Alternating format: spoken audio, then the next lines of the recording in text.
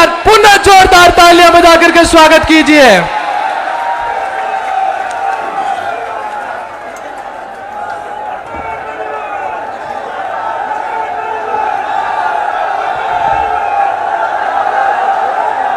सबसे पहले तो दो तीन जोरदार जयकारों के साथ अपनी बात शुरू करूंगा। बोलो वीर तेजाजी महाराज की, बोले रामसा पीर की, बोले जाम्बोजी महाराज की, बोले देवनारायण भगवान की। आज जोधपुर की ऐतिहासिक नौजवान होकर रैली के अंदर सबसे पहले जो पाइप पे मेरे भाई बैठे हैं, इनको मैं आह्वान करूंगा कि आप नीचे बैठे। मैं आपको हेलीकॉप्टर में बिठाऊंगा, जो जो पाइप पे बैठ जाए नीचे सारे लोग, ताकि लाइव आराम से देख सके। आज पूरा देश इस रैली को देख रहा है। पूरे देश की नजरें इस जोधपुर की धरती पे है और प्रधानमंत्री का ब्लड प्रेशर भी लो हाई हो रहा है जोधपुर के जवानों के जोश को देख के। भाइयों, मैं आपको धन्यवाद दूंगा। इस रैली का नाम आपने दिया जवान हुंकार रैली, और रैली के अंदर जो 95% संख्या है वो सिर्फ जवानों की संख्या है, और आपने इसको जवान हुंकार रैली बना के संदेश दिल्ली तक दिया कि अभी तो किसान पीछे हैं, अभी तो किसान के बेटे सड़क पर आए हैं। हुंकार भरने के लिए प्रधानमंत्री जी, आप जो टीओडी लेके आए, आप जो अग्निपथ लेके आए, समय रहते इस अग्निपथ को वापस ले लें, इस टीओडी को वापस ले लें, नहीं तो 2024 के अंदर आप अपने इस अग्निपथ पे चल नहीं पाओगे। जहां राहुल गांधी बैठा है वहां आपको बैठना पड़ेगा। मैं धन्यवाद दूंगा जोधपुर, बाड़मेर, नागौर, पाली, जालोर, जैसलमेर, ये नाम मैं इसलिए ले रहा हूं कि यहां मैं खुद गया था। अब दूसरे जो जिले जिनका आर्मी से, फौज से सीधा बड़ा ताल्लुक है, सीकर, झुंझुनू, बीकानेर, हनुमानगढ़, गंगानगर, भरतपुर, अलवर, जयपुर, हमारा कोटा का पूरा डिवीजन संभाग, आपका अजमेर का पूरा संभाग, भीलवाड़ा, चित्तौड़, उदयपुर और डूंगरपुर, बांसवाड़ा, प्रतापगढ़, दौसा, करौली, धौलपुर, तमाम चूरू, तमाम 33 जिलों से, हर जिले से नौजवान अपने अपने साधन से इस ऐतिहासिक रैली को सफल बनाने के लिए जोधपुर की धरती पर रात से ही भूखे प्यासे सुबह 10 बजे ही पंडाल के अंदर आ गए थे।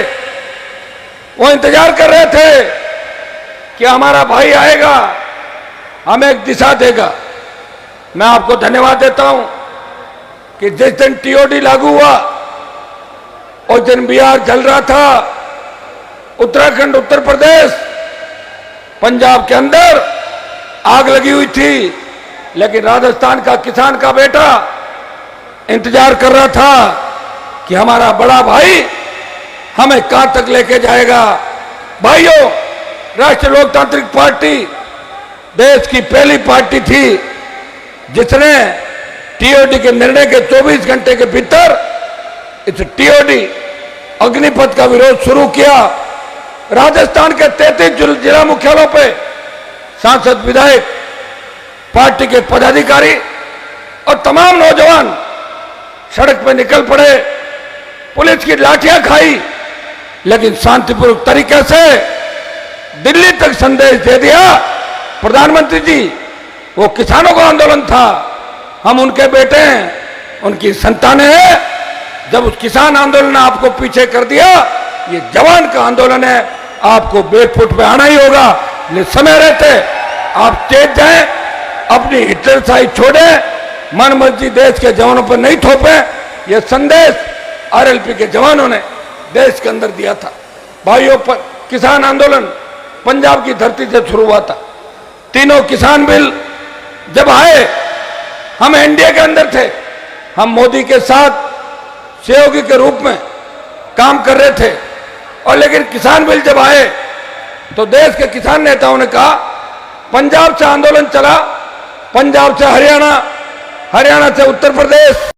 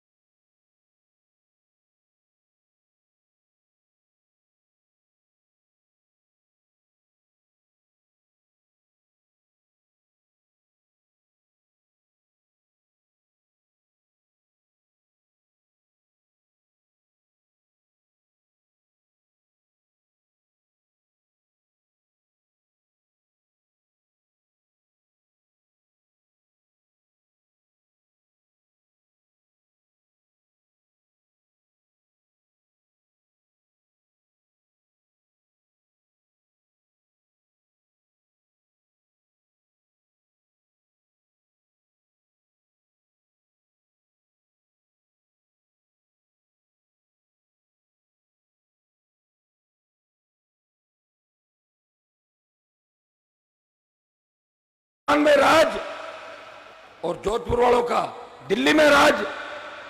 स्थान जोधपुर को चुना, यहां मिलिट्री भी है, एयरफोर्स भी है, बीएसएफ भी है और मारवाड़ की एक जमाने में राजधानी जोधपुर के लोग मानते थे। और अब भी हमारे आसपास के जो मारवाड़ के लोग हैं, चाहे हमसे पहले बच्चे पढ़ा करते थे, हम राजस्थान विश्वविद्यालय के अंदर पढ़ते थे, ज्यादातर नागौर, जोधपुर, बाड़मेर, पाली, जैसलमेर, सिरोही के बच्चे जोधपुर के अंदर पढ़ाई करते थे। और आज भी जोधपुर जिले के बाद अगर सबसे ज्यादा किसान के बेटे जोधपुर में पढ़ रहे हैं, वो बाड़मेर जिले के और नागौर जिले के किसान के बेटे जोधपुर में अध्ययन करके और किसान कौम और जवान को हमेशा जिंदा रखने का प्रयास करें और अपना नाम भी हर फील्ड के अंदर रोशन भी कर रहे हैं। भाइयों, जोधपुर की रैली से हमने यह भी कहा था कि जोधपुर की रैली एक टेलर है, पूरी पिक्चर मोदी को कहां दिखानी है यह भी हम तय कर लेंगे। आज मैं आपको विश्वास दिलाता हूं, जो जन समर्थन आपने मुझे 5 दिन के अंदर दिया, मुझे अच्छी तरह याद है कि बच्चे अपनी अपनी गाड़ियों के साथ भूखे प्यासे, और बालोतरा के अंदर कल सुबह जो सभा थी वो 6:15 बजे सभा समाप्त हुई। पूरी रात नौजवान मेरे साथ चल रहे थे, पूरी रात नहीं सोए। आज भी जो लाखों की संख्या दिख रही है, ये जवान मारवाड़ के बाद शेखावाटी अंचल, बीकानेर का पूरा डिवीजन और तमाम जो जिले मैंने बताए, उन जिलों से अपने अपने साधनों से आया है। और कोई साधन लेके आया, कोई अपनी बस करवा के लाया, किसी ने 15,000 रुपए इकट्ठे किए, किसी ने 5,000 का तेल डलाया, किसी ने 20,000 25,000 में बस की। और आपने एक ही बात कही कि हनुमान जी हम आपको थकने नहीं देंगे, रुकने नहीं देंगे। आप देश के अंदर एक ऐसे नेता हो जो हमेशा हमारे लिए लड़े, इस लड़ाके को हम जिंदा रखेंगे। अपने अपने साधनों से लाखों की संख्या पार करा के एक इतिहास जोधपुर की धरती से जोधपुर के नौजवानों ने बना दिया। भाइयों, इसी मैदान के अंदर मोदी की रैली भी हुई थी, इसी मैदान में कांग्रेस की रैलियां भी हुई होगी, लेकिन प्रधानमंत्री की जब रैली होती तो आप देखते हो कि सुरक्षा का इतना बड़ा इंतजाम होता है कि जाम खड़े हैं उसे 100 मीटर तक तो सुरक्षा कर देते हैं। बीजेपी वालों की आदत है, भीड़ तो कर नहीं पाते तो आगे कुर्सियां लगा देते हैं, 5,000 कुर्सी लगा देंगे यूं करके और कह देंगे दूर से सोशल मीडिया में दिखा देंगे, मीडिया में दिखा देंगे, क्योंकि मीडिया तो भारतीय जनता पार्टी मीडिया को तंग भी करता है। मैंने देखा है कि कई चैनल अगर बीजेपी की खबर नहीं चलाएं, उसके ईडी की रेड करा दे, उसके ऊपर दूसरा काम कर दे। कई चैनल तो बहुत डरे हुए हैं, मैंने देखा है। और कई चैनल ऐसे जो राजस्थान की सरकार से इतने डरे हुए हैं कि हनुमान का नाम ही नहीं लिखते। मेरा फोटो जरूर दिखाते हैं, मेरी भीड़ दिखाते हैं, लेकिन नाम नीचे नहीं आता। बड़ी मेहरबानी उन चैनलों की, मेरे ऊपर पूरा ध्यान वो मेरा रख रहे हैं। चलो कोई दिक्कत नहीं, वक्त वक्त की बातें होती है। मैं तो ये मानता हूं कि लोकतंत्र का चौथा स्तंभ कहने वाला मीडिया आज, अरे भाई सुनो मेरी बात, ये बीच में कोई 2-4 बच्चों को ज्यादा तकलीफ है ना तो तुम अभी भागोगे यहां से, ठीक है? बकवास करोगे ज्यादा, कौन करे बदमाशी? बैठ जाओ चुपचाप। और निकम में कहां से आ गए पता नहीं। उठा उठा, कौन है? और राजू चेक करें कौन है। नीचे बैठो सब लोग नीचे बैठ जाओ। जो पाइप पे बैठा नीचे बैठो आप। पाइप पर नीचे बैठो। और ये जो बीच में है ना, ये ज्यादा जोश में दिखाओ, तुम्हारा जोश कितना मेरा देखा हुआ, ठीक है ना?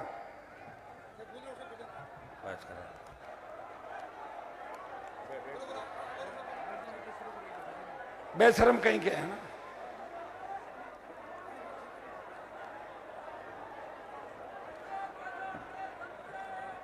तुम्हारी इन हरकतों की वजह से तो मोदी टीओडी लाया तुम्हारे खिलाफ। ऐसे ही घूमते रहो तुम, ठीक है ना? अरे कोई नहीं करेगा तुम्हारे लिए आंदोलन, बैठे रहना ऐसे ही। कौन अपनी जिंदगी खराब करेगा तुम लोगों के लिए? कौन से तुम पूरी सीटें ला दो? पिछली बार 3 आई थी। भाइयों, मैं मीडिया के भाइयों से भी अपील करूंगा कि मीडिया लोकतंत्र का चौथा स्तंभ है। अभी राज्यसभा के चुनाव थे, ऐसी ऐसी पार्टियों के नाम रोज लिख के फोटो छापते थे मीडिया वाले, जैसे कोई उनके पीछे बहुत बड़ा जनाधार हो। थोड़ा हमारे 3 विधायक है, तीसरी बड़ी पार्टी है, 5 प्रधान है और 1 चेयरमैन है, एक लाइन भी नहीं छापते थे। ये लिखते थे बीजेपी, नीचे लिखते थे आरएलपी।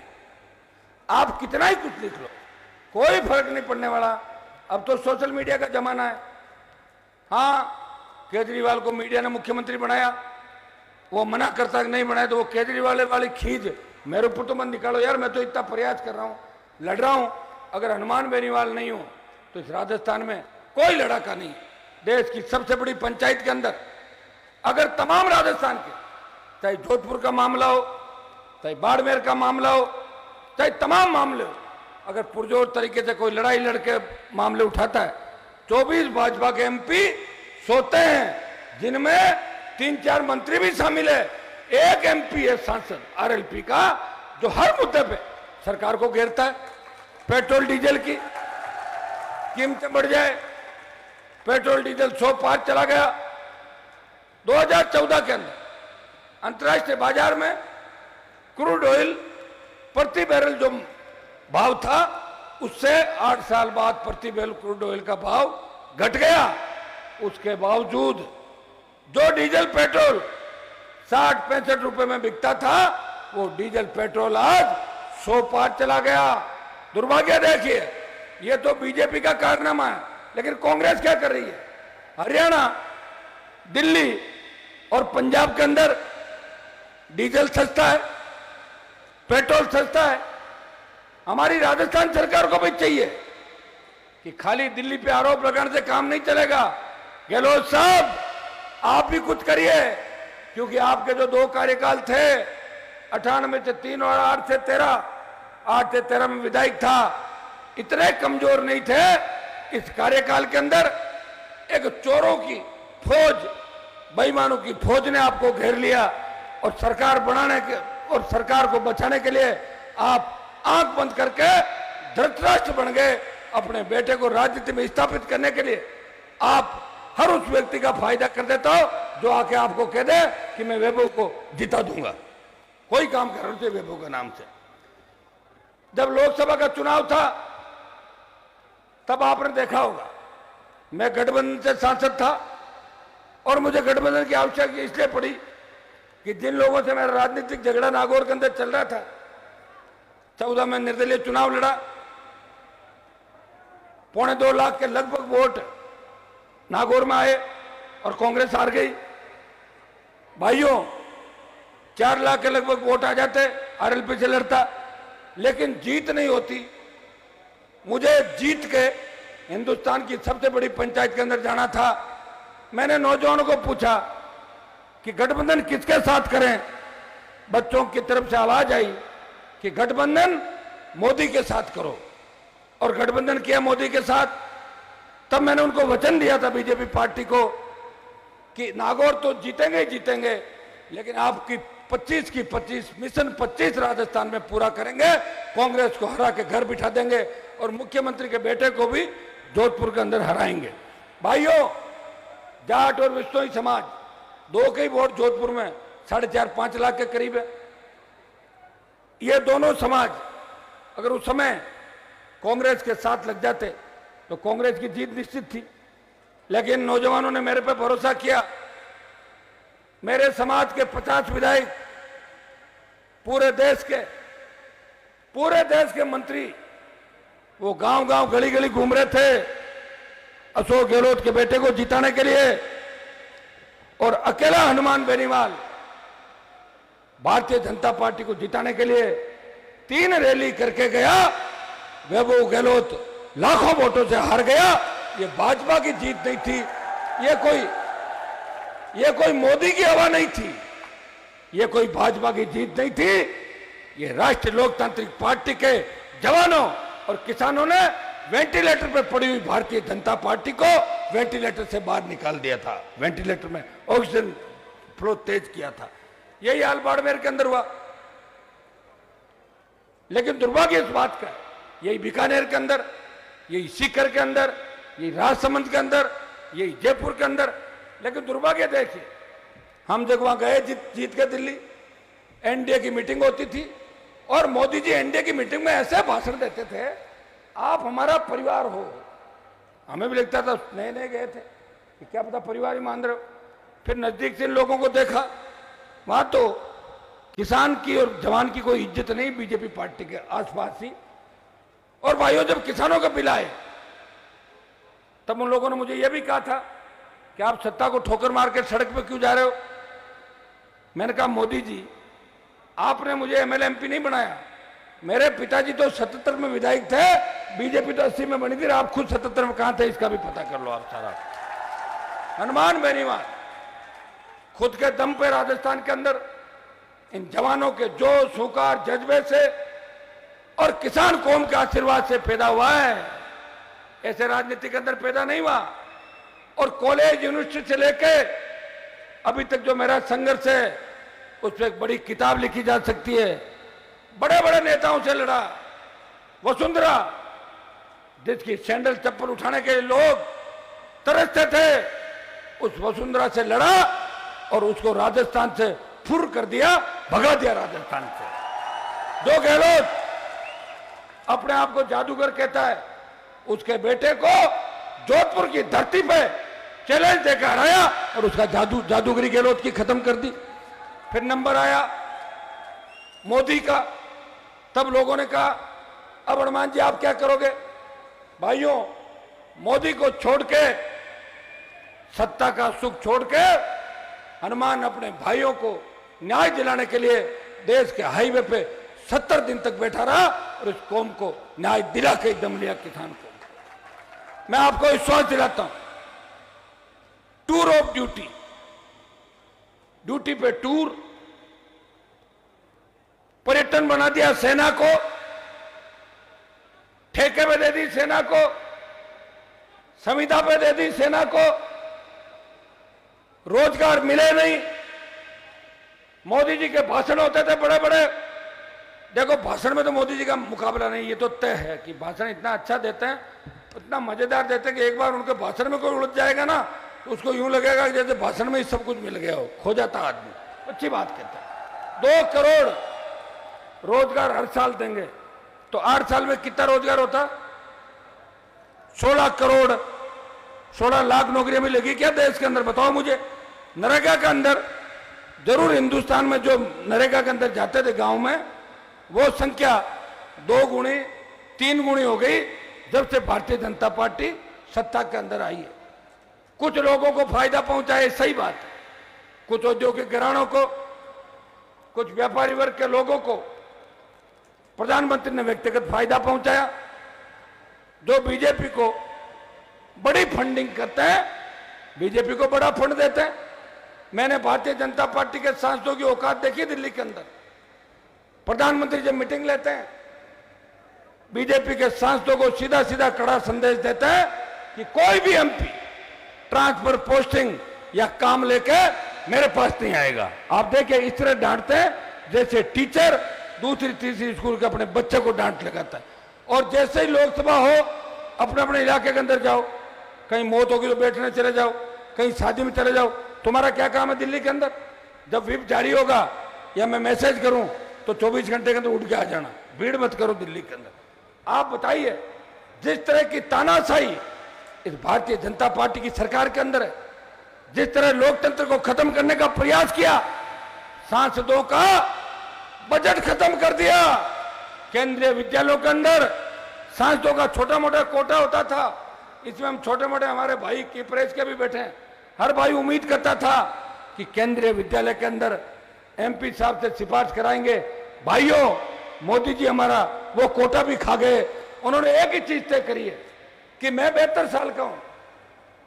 मोदी जी का एक ही कहना है कि मैं ही सच्चा हूं, मेरे लिए कोई नियम लागू नहीं, बाकी सबके लिए नियम लागू।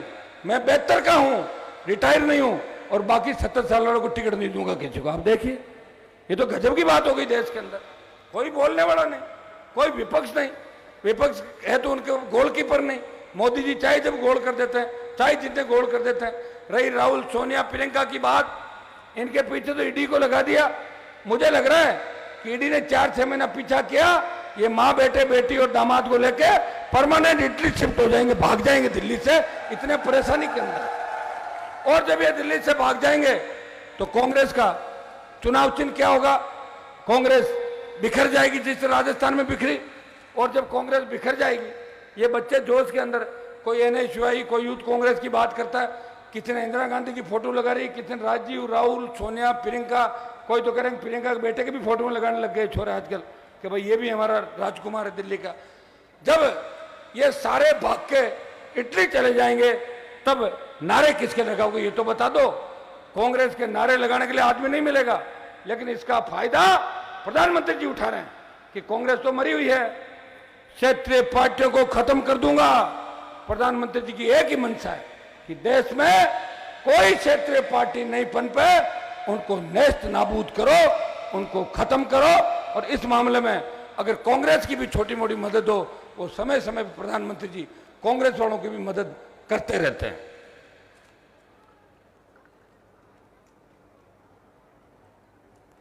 अगर प्रधानमंत्री कांग्रेस की मदद नहीं करते, आप देखिए गुजरात दंगों के समय, 2002 के दंगों के बाद जो बयान दिए पूर्व डीजीपी और एक जो समाज सेवी, दोनों को 2 दिन पहले गिरफ्तार कर लिया जाता है, बयान पर गिरफ्तारी।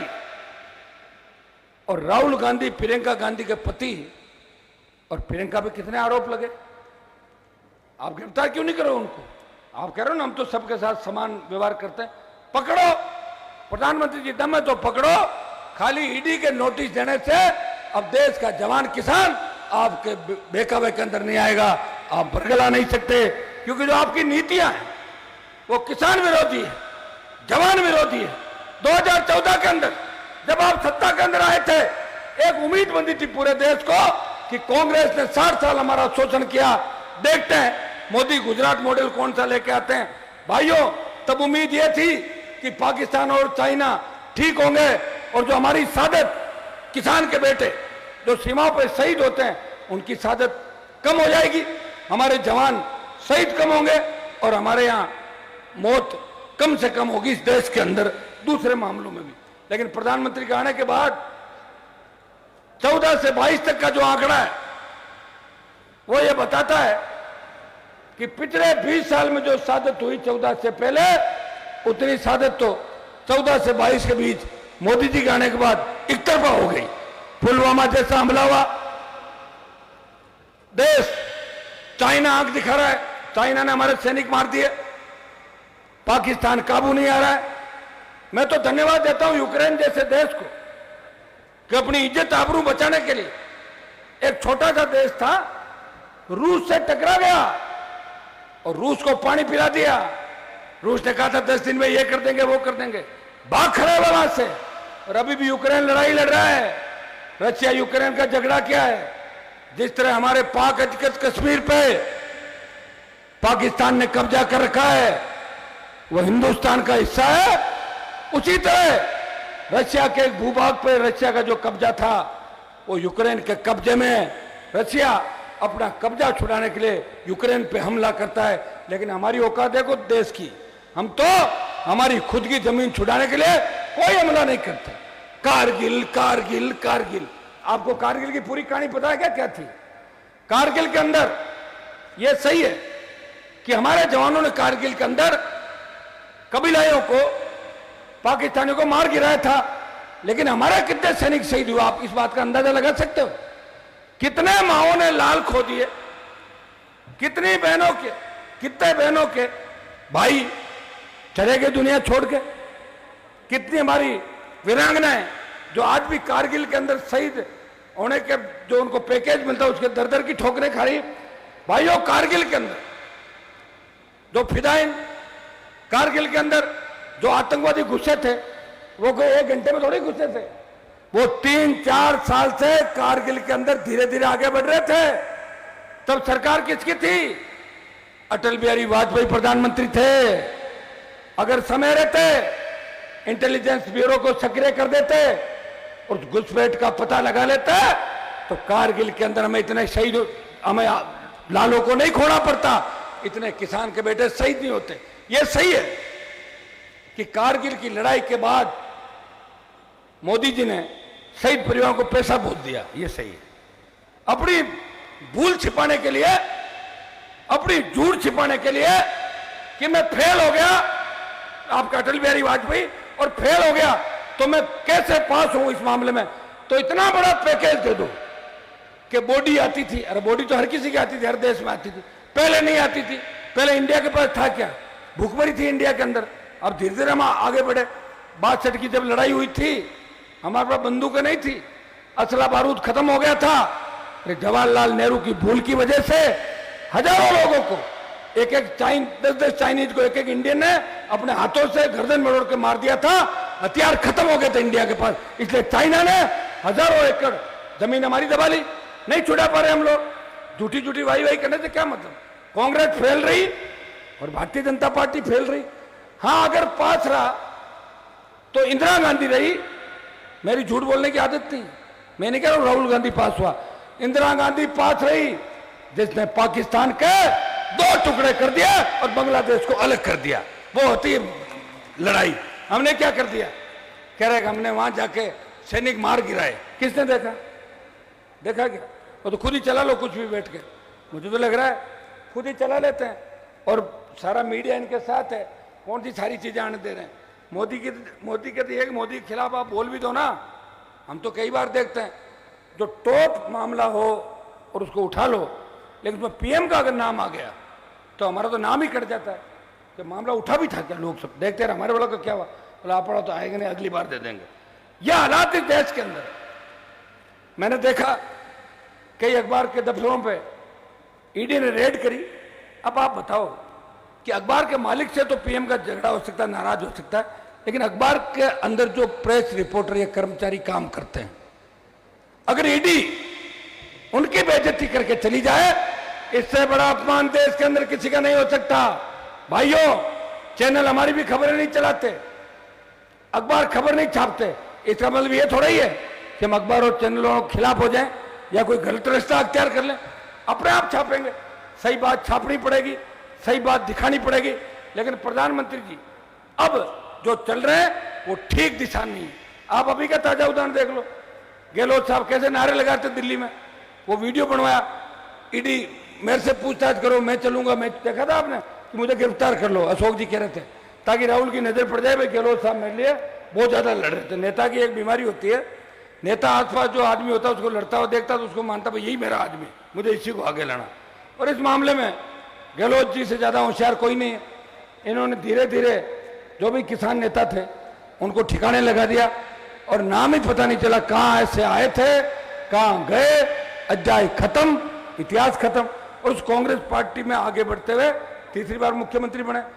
और जैसे ही गहलोत के भाई के घर पे रेड हुई ईडी की, सीबीआई की, रातों रात मुख्यमंत्री दिल्ली छोड़ के जयपुर आ गए, जयपुर से जोधपुर आए, कुछ समय के लिए यार वापिस चले गए और बोले देखो मोदी क्या कर रहा है। अरे गहलोत साहब, मैं आपसे पूछना चाहता हूं, मोदी तो दुरुपयोग कर ही रहा है, लेकिन कांग्रेस ने कौन सा भला किया देश का? कांग्रेस भी दुरुपयोग करती थी, सीबीआई का दुरुपयोग करती थी, ईडी का करती थी। और गहलोत जी, हम आपके सामने खड़े हैं, दर्जनों मुकदमे कांग्रेस की सरकार ने हमारे ऊपर लगाए, झूठे, और चालान भी किए। और वसुंधरा ने तो मुकदमे लगाने का रिकॉर्ड तोड़ दिया। तो जिसका मौका आता है वो जरूर चौका मारता है। मुझे मीडिया वाले कहते हैं आप किधर चौका मारोगे, मैं उनसे कहना चाहता हूं, मैं कोई राज के अंदर नहीं आया, मेरी पार्टी राज में नहीं आई। हाँ, अगर सरकार के अंदर राष्ट्रीय लोकतांत्रिक पार्टी आती है तो निश्चित रूप से मैं चौका मारूंगा। किसान कर्ज माफी का, फ्री बिजली का, टोल मुक्त राजस्थान का, मजबूत लोकायुक्त का, हमारे स्थानीय जो उद्योग है, चाहे पेट्रोल डीजल बाड़मेर से लेके कोयला गैस से भिवाड़ी तक जितने भी कारखाने चल रहे हैं, भारतमाला गई, हमें भारतमाला के अंदर पंजाब को मुआवजा मिला 3 लाख 4 लाख 7 लाख रुपए बीघा। और भारतमाला में किसानों की सारी जमीनें चली गई। किसी किसान की अगर 25-30 बीघा जमीन है, उसके आधे हिस्से में तो भारतमाला गई, तो वो 2-4 बीघा बच भी जाएगी, उसके क्या काम की रहेगी मुझे बताओ?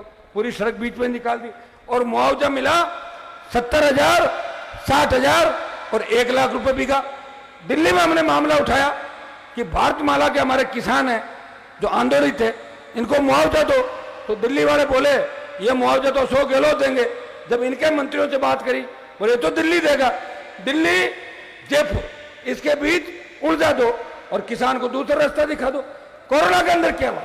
प्रधानमंत्री जी ने कोरोना के अंदर भाषण दिया था, मैं सुन रहा था। जब कोरोना केरल के अंदर पहला मरीज कोरोना का मिला था, तो हमने कहा साहब लोकसभा क्यों चला रहे हो? जब कोरोना की दस्तक आ गई तो लोकसभा नहीं चलनी चाहिए।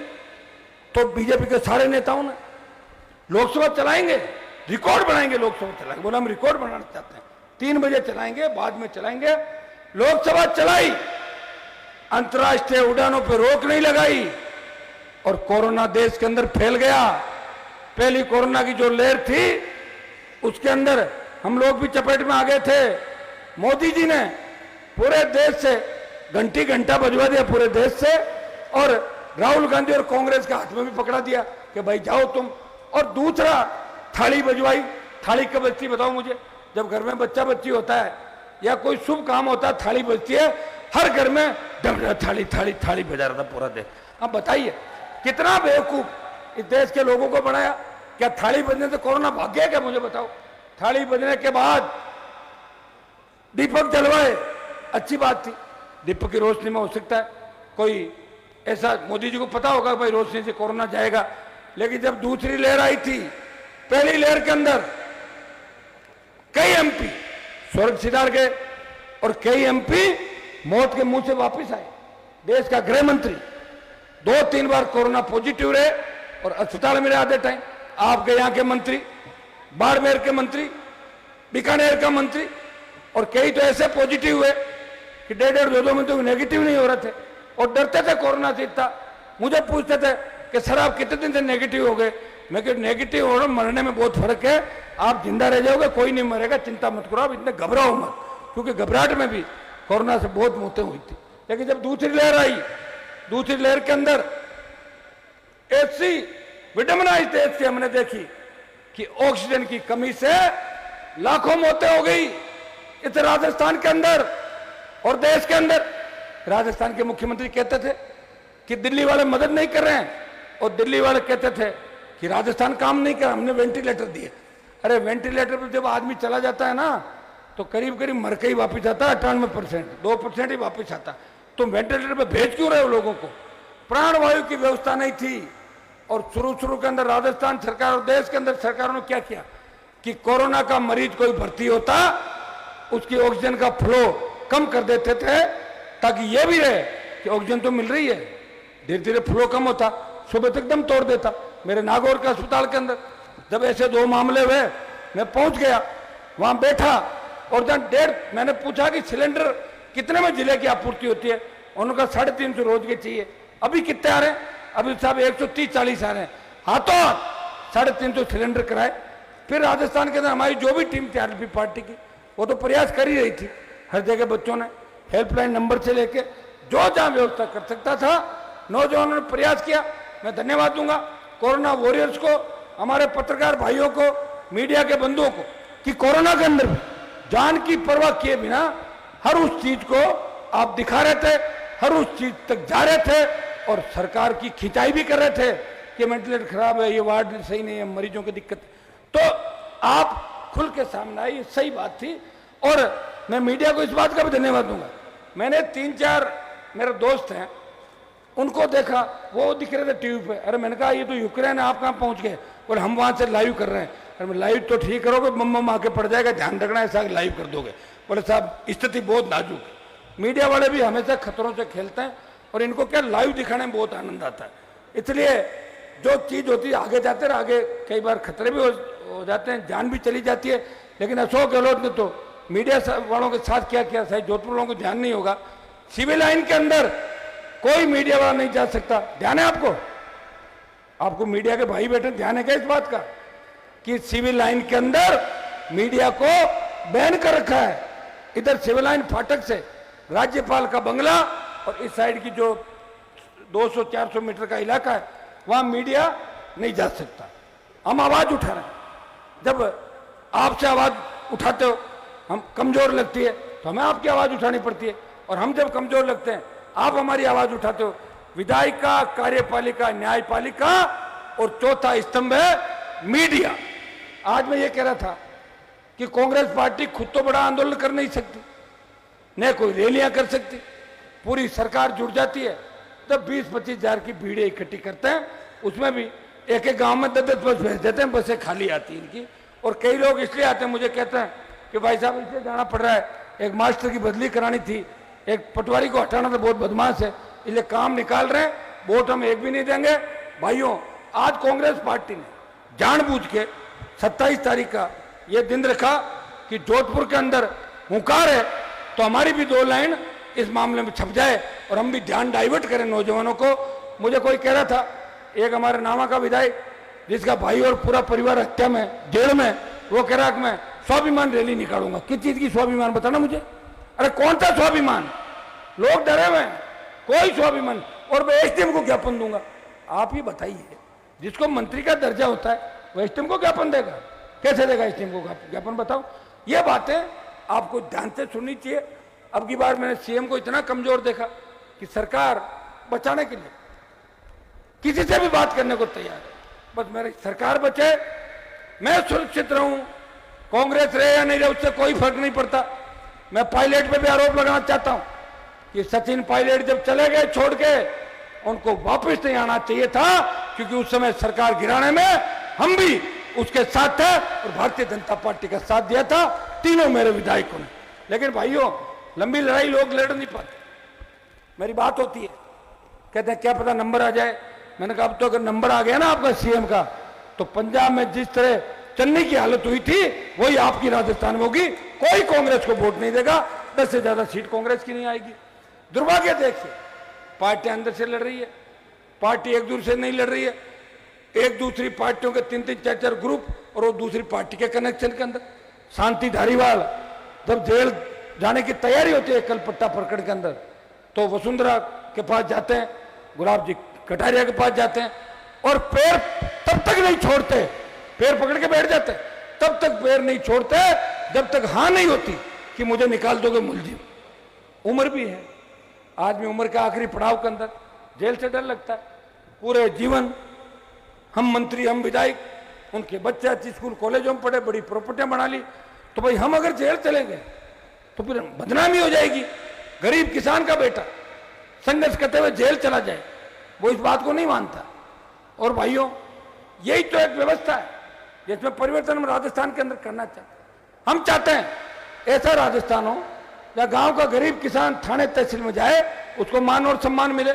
हम चाहते हैं जब डीजल पेट्रोल के आप पैसे बढ़ा के ले रहे हो, टोल ले रहे हो, और जब रजिस्ट्रेशन गाड़ी का कराएंगे उसका भी 1.5-2 लाख रुपए हर बोलेरो, कैंपर, फॉर्च्यूनर जो भी होगी उसका 8-10-12% लेते हो, तो फिर टोल ये 3-3 लेयर का टैक्स क्यों ले रही है देश की सरकार, राजस्थान की सरकार? टोल मुक्त राजस्थान, मुफ्त बिजली। कई देश में ऐसे राज्य हैं जो फ्री बिजली दे रहे किसानों को, कोई फर्क नहीं पड़ा। आर्थिक स्थिति अच्छी उन राज्यों की, और राजस्व की गणना उनके पास साधन है। हम दारू बेच रहे हैं और दारू से 30,000 करोड़ रुपए अकेला राजस्थान कमा रहा हर साल। कितना? 30,000 करोड़ रुपए दारू से रेवेन्यू आता है। और भाइयों, किसान की अगर फ्री बिजली कर दो तो 8 से 10,000 करोड़ रुपए का ही आपको अतिरिक्त रेवेन्यू लगेगा। 30 दारू वाले हैं, उनमें से 8 निकाल दो, 22,000 करोड़ तो अकेला फिर भी दारू से बचेगा आपके पास, वो दूसरे कामों में खर्च कर सकते हो। दुर्भाग्य देखिए, कोई बात नहीं करेगा खुद का काम कैसे निकले और हमें टिकट कैसे मिले, लाइन में लग जाएंगे।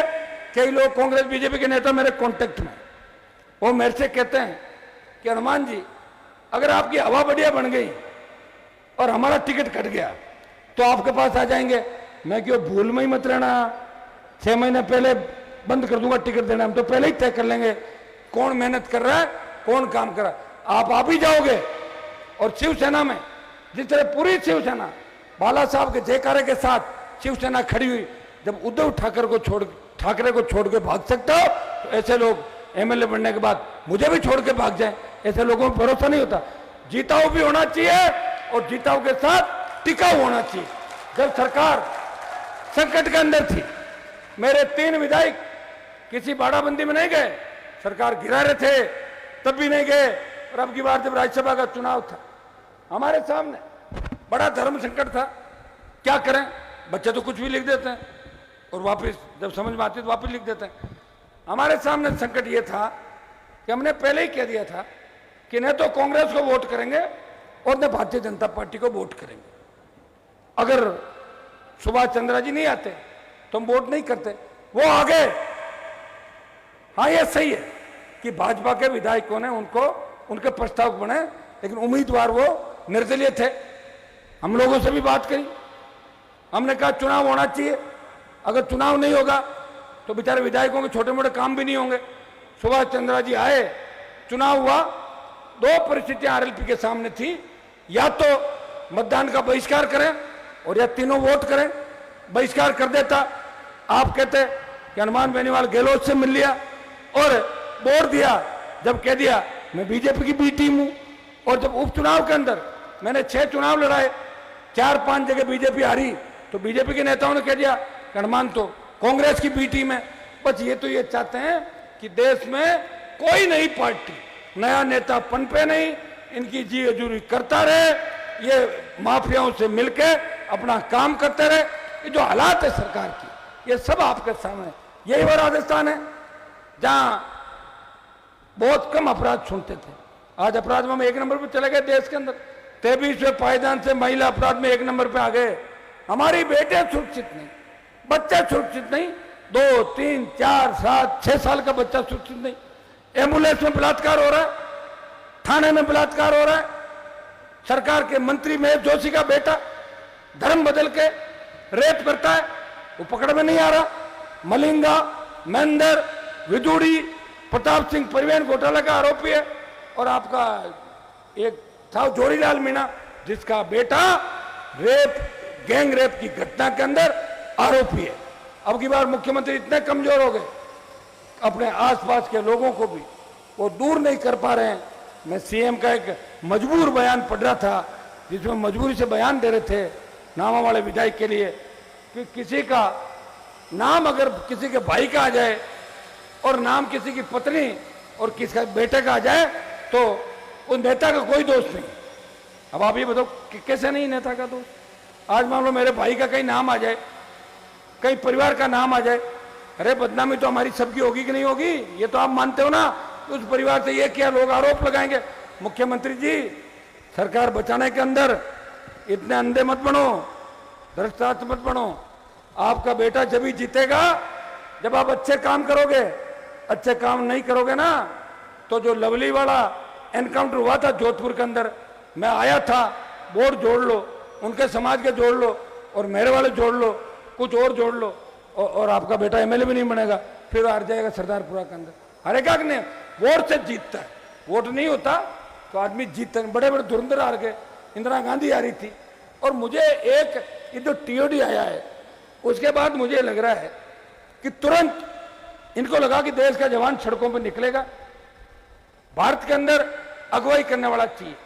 देखिए आजादी का आंदोलन करना बहुत से लोगों ने सादत दी, लेकिन बात भगत सिंह पे आके टिकती। सबसे ज्यादा अगर जयकारे लगते इस देश के जवानों को कोई आइकन है वो भगत सिंह है। क्यों है?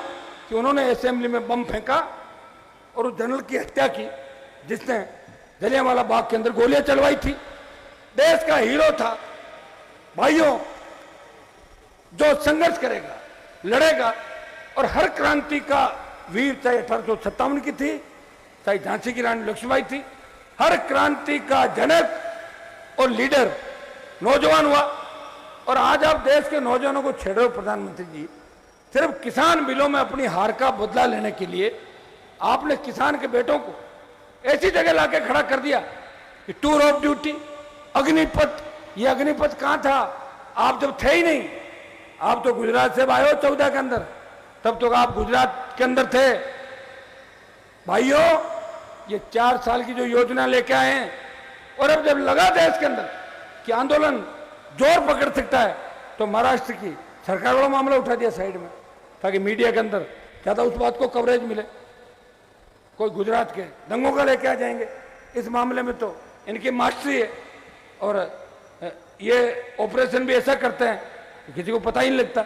यही काम करते हैं दिन भर, लोगों के फोन टेप कराने से लेके कौन क्या कर रहा है उनकी जासूसी कराना।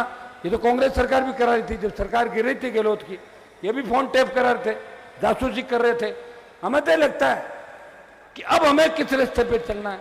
नौजवानों, आपके सामने तो मैं खड़ा हूं और हमेशा खड़ा रहूंगा।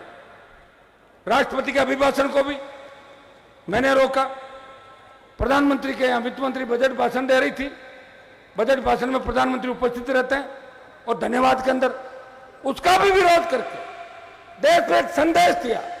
तेजाजी का जयकारा लोकसभा के अंदर लगा के ये संदेश दिया कि किसान कौम जब भी तकलीफ के अंदर रहेगी, हनुमान बेनीवाल अपने सारे राजनीतिक फायदे छोड़ के उस कौम की सेवा के लिए ढाल बन के देश के अंदर आगे की पंक्ति में खड़ा मिलेगा। और किसान के बाद अब जवानों का नंबर आया।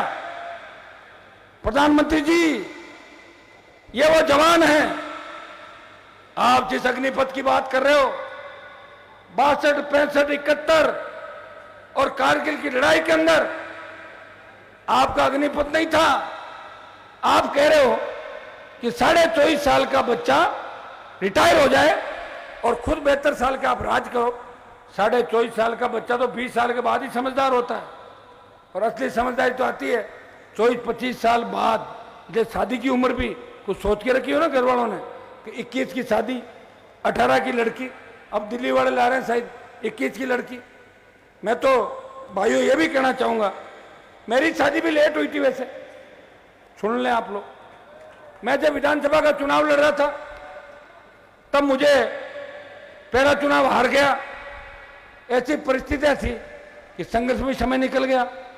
सब लोगों ने कहा हनुमान जी चुनाव तो आपको जिता देंगे, लेकिन वादा आप ये करो कि चुनाव जिताने के बाद बड़ा खाने का आयोजन करोगे और पूरे इलाके को बुलाओगे। मैंने कहा पक्का। शादी करी, 60,000 लोग आए। मैं मेरे उन भाइयों से भी कहना चाहता हूं राजनीति के अंदर, या तो बोल दे कि हम शादी नहीं करेंगे, और कर तो फटाफट करे, उम्र निकलने के बाद कुछ नहीं होगा। अब मान लो कोई ये कह दे मैं तो 60 साल का होकर शादी करूंगा, फिर शादी की जरूरत कहाँ, ऐसे ही टाइम नहीं, 2-3 साल तो मरना बाद में, वैसे ही बात करते थे, 64 साल उम्र होती। अगर मैं किसी की यह बात भी कह दूं कि हनुमान जी ने शादी का कह दिया, अरे यार उसमें ही बुरा मान रहे हो। लोगों तो पता नहीं क्या क्या कह दिया, क्या क्या कर दिया। लोगों की सोच को मैंने देखा, और जिन लोगों की मैंने 18 के अंदर मदद की राजस्थान में, यह सही है। मैंने किसानों का ध्यान रखा। ये कसाना जी, रामस्वरूप जी बैठे मेरे साथ, विधायक थे, मंत्री थे उस समय, और मुख्यमंत्री जी के बहुत करीबी हुआ करते थे। आजकल तो नहीं, शायद पहले अशोक गहलोत की दोस्ती थी इनसे। ये इनको सारी बातों का ध्यान है कि पॉलिटिक्स के अंदर किस तरह उतार चढ़ाव सारी चीजें आती है। और अब की बार 18 का चुनाव इनको पता था कि मैंने 25-30 से ज्यादा अपने लोगों की मदद करी, यारी दोस्ती निभाई। मुझे पता था कि मेरी तो 40 सीट आ नहीं रही है, 3-4-5 जीतूंगा, और मेरी वजह से अगर कोई गंदगी कहीं साफ हो रही है, उन गंदगियों को साफ होने दो। मैंने नजर नहीं टिकाई, कहीं चुनाव लड़ाए कहीं नहीं लड़ाए, और आगे बढ़ता गया। मैंने कोई स्वार्थवश ऐसा काम नहीं किया, लेकिन कई लोगों की इतनी मदद की जिनकी जीवन में उनको उम्मीद भी नहीं थी। और मदद करने के बाद अगर कोई व्यक्ति ये कह दे कि हनुमान जी ने मेरी मदद कब की, अब आप ये बताओ, ये जोधपुर में मैंने रैली की, ये रैली है कि नहीं है? और कल कोई आदमी ये कह दे कि रैली थी नहीं, फिर कैसा लगे आपको बताओ? ये तो एक तरीके से अनर्थ हो गया। ये बात तो मोदी जी जो कह सकते हैं, क्योंकि उनको तो अब उनका ध्येय दूसरा है। वो चाहते हैं, हमने बात करी प्रधानमंत्री जी आप गुजरों की रेजिमेंट बनाओ और अहीरों की यादों की रेजिमेंट बनाओ, दोनों मार्शल जातियां। तो इनके बीजेपी के नेता बोले आप तो रेजिमेंट बनाने की बात कर रहे हो, हम तो जो है उनको ही खत्म करने की बात कर रहे हैं। ये जो 4 साल का टीओडी अग्निपथ है, इसके पीछे मुख्य मंशा प्रधानमंत्री और इनके रक्षा मंत्री जी की है। वो ये है कि रेजिमेंट खत्म करो, कितना विरोध होता देख लेंगे। और भाइयों के रेजिमेंट खत्म कर दोगे, इतिहास खत्म कर दोगे, संस्कृति खत्म कर दोगे, तो कहां रहेगा भारत, कहां रहेगा गांव, और कहां रहेगा किसान, और कहां रहेगा आपका रखवाला? जिस वीर उस वीरता के गीत गा के हम लड़ाई के अंदर हमारे नौजवानों की हौसला अफजाई करते हैं। 62, 65, 71 की लड़ाई के अंदर जब इंडिया के पास इतना पैसा नहीं था, तो बॉर्डर के जो इलाके थे उन्होंने अपनी सोने चांदी और पूंजी को रख दिया, गिरवी रख दिया, और सैनिकों को आंच नहीं आने दी। उनकी हौसला अफजाई के लिए बॉर्डर पर खड़े होकर बम बंदूक से बिना डरे हौसला अफजाई कर रहे थे। प्रधानमंत्री जी, लगा रहा 70 पार होने के बाद आपको कोई बीमारी लग गई।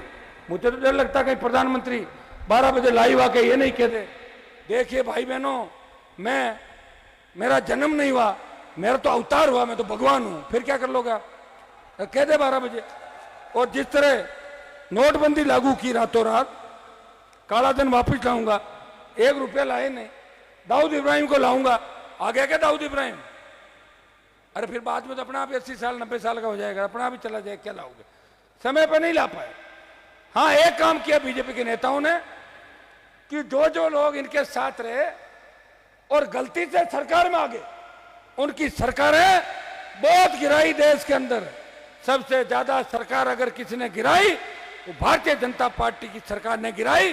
23वीं सरकार महाराष्ट्र में गिरा रहे, और राजस्थान के अंदर पहले सरकार गिरा रहे थे, बंद पड़ा। क्या कर रहा तुम यार? चल, अब की बात दोबारा मत आना मेरे पास, बंद चालू कर गए। भाइयों, सरकार 23वीं महाराष्ट्र के अंदर, राजस्थान का नंबर था। कोरोना हो गया, नहीं तो राजस्थान की सरकार तो चली जाती, बहुत नजदीक थी, 1-2 दिन का ही अंतर था। कोरोना होने से जो सरकार गिराने में अगुवाई कर रहे थे, वो सारे अस्पताल में चले गए। तो कहाँ से गिरती सरकार, बताओ मुझे भाइयों। ये स्थिति इस देश की रही, प्रदेश की रही। और आपने मुझे लोकसभा के अंदर इस बात, मैं रेजिमेंट की बात करा था। हमारी रेजिमेंट है, आज तक सिख रेजिमेंट है। हर रेजिमेंट का एक अलग झंडा होता है और एक अलग स्लोगन होता है उस रेजिमेंट का।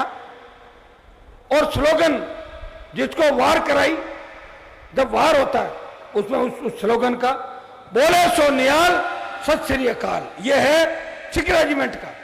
और उसको जब वो जोश से नारा लगाते हैं, आगे बढ़ते हैं, तब वो ये नहीं देखते कि मेरे बच्चे घर पे, मेरी बूढ़ी माँ है, मेरी पत्नी है, उसको सिर्फ दुश्मन दिखता है। इसलिए वार कराई एक स्लोगन है रेजिमेंट का। जाट रेजिमेंट जब जवान आगे बढ़ता है तो बोलते हैं जय भगवान जाट बलवान, जय जवान जाट बलवान। ये जाट रेजिमेंट का नारा है। राजपूत रेजिमेंट का भी अलग स्लोगन है। मद्रासी, गोरखा, डोगरा और जितनी भी रेजिमेंट है अलग स्लोगन के साथ आगे बढ़ती है, दुश्मन को मार गिराती है। क्या मोदी जी आप सारा इतिहास खत्म कर दोगे हमारा? क्या आप धरती पे कोई फरिश्ता बन के आए कि पूजा करवा लोगे अपनी? कुछ नहीं कर पाओगे। यही पंजाब था। कल जो रिजल्ट आया है लोकसभा का, भाजपा का पता ही नहीं लगा कहां गई। हाँ, यूपी में जीत जाते हो। यूपी में तो अभी आपका शासन था, धर्म के नाम पे कैसे करके कर लोगे। लेकिन पंजाब में कितनी बुरी हार हुई आपकी। शायद एक आध सीट पंजाब के अंदर आई होगी। बंगाल में पूरी ताकत लगा दी, सारी मशीनरी को झोंक दिया, भाग गए वहां से बुरी तरह हार के। झारखंड के अंदर दुम दबा के भागे और खुद दिल्ली के अंदर बैठे हैं। 3 एमएलए, 67 विधायक इनके सामने वाली पार्टी के।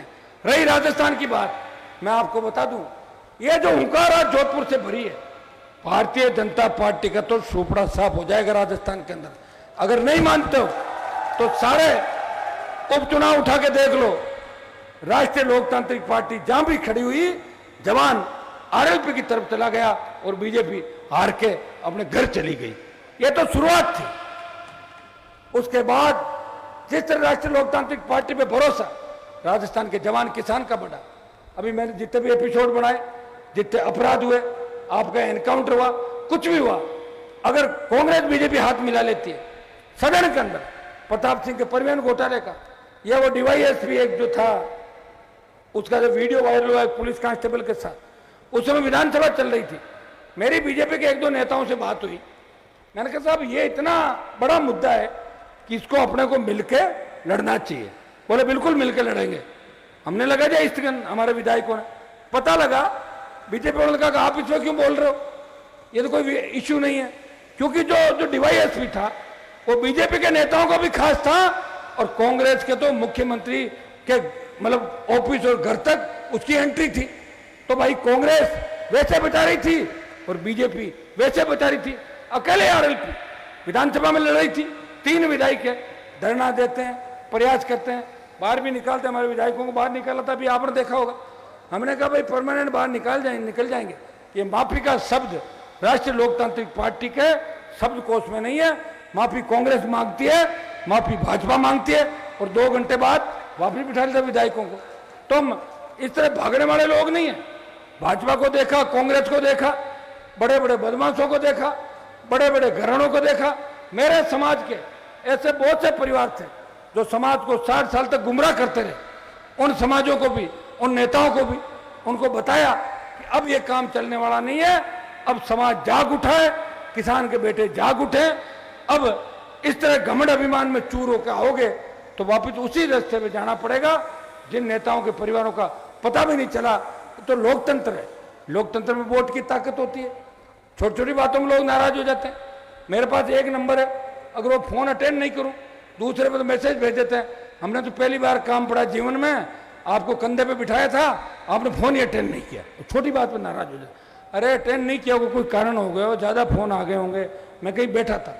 एक लड़का तो मुझे ये कह रहा था कि भाई साहब मैंने आपको 15 बार कंधे पे बिठाया, मैंने आपका बोझ ढोया, क्या मेरी ट्रांसफर नहीं कराओगा?